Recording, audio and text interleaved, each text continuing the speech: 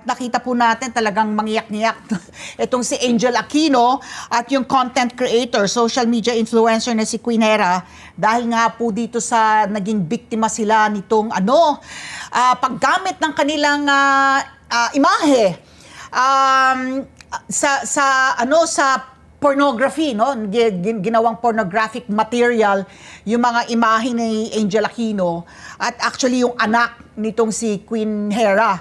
So, ito pong sa inyo dyan sa CICC, malaman po lang natin ng ating mga taga-subaybay yung extent at lawak po nitong problema na to because yung sinasabi pong dark web, di ba parang yung very sinister, no, pagdating sa atin dark web, no, na talagang para ma-access mo yun, para matukoy mo kung sino yung nag-upload nun. Maaari mo bang matrace kung sino yung nag-upload niyan?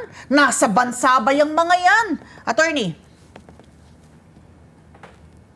Oo, mamali, yun na nga, pinag-usapan din namin ni Senator Sherwin yan kahapon at tinanong mo sa atin kung ano mo magagawa natin pag may access pa tayo sa dark web.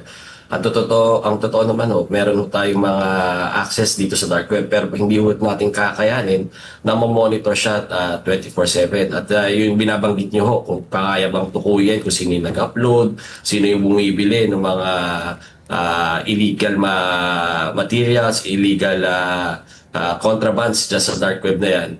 May mga ways naman, in fact, may mga suppliers na nagbebenta ng kanilang mga tools, ng kanilang systems, pati na kasama na dyan yung proprietary database nila ng mga threat actors kasi matutukoy yan doon sa database kung ano yung mga modus operandi, sino yung mga links dyan at sino-sino yung profile ng mga threat actors na yan. So, and what can we do? So, follow up ko lang Patty. What can we do kung hindi naman based sa Pilipinas? Because I would presume na yung iba dyan ay nasa ibang bansa absent I don't know if we have a mechanism na parang government to government ba nakasunduan na kung kunwari natukoy natin nasa India yan o nasa China yan.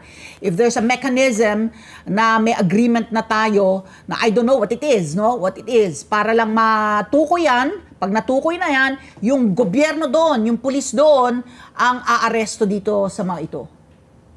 Tama mamali, isa to sa mga kailangan nating palakasing mekanismo do sa RA 10175 or yung Cybercrime Prevention Act of 2012 natin. Ang function na to ay nakatuon dito sa ating DOJ, Office of Cybercrime. Kaya may kailangan do sa pinapanukala sana natin na pagpapalakas at saka pagre-revisa ng 10175. Kasama dyan yung pagpapalakas ng DOJ OOC tapos naman siguro kailangan din na magkaroon din ng specialized agency na tututok lang sa cybercrime. Naintindihan natin yung kalagayan ng ating mga law enforcement agencies na tutok sila do sa mga traditional crimes na marami silang binabantayan, hindi lang itong cybercrime na to. Kaya ang tinitingnan namin model is somewhat akin to PDEA. Yun yung nilalatag namin position paper nung hiningin sa atin ang position paper ang CICC. Paano ma-resolve itong mga lahat ng uri ng cybercrime. Balikan ko lang sabi niyo kanina about the dark web. Talaga ang dark web is a platform, is a space kung saan lahat ng mga sinister na pangyayari, lahat ng mga from child pornography to exploitation to scams, even the sale of illegal arms, illegal drugs dyan yung ginagawa. Di ba yung mga hitman nandyan Kung gusto ko ng hitman, di ba? Opo.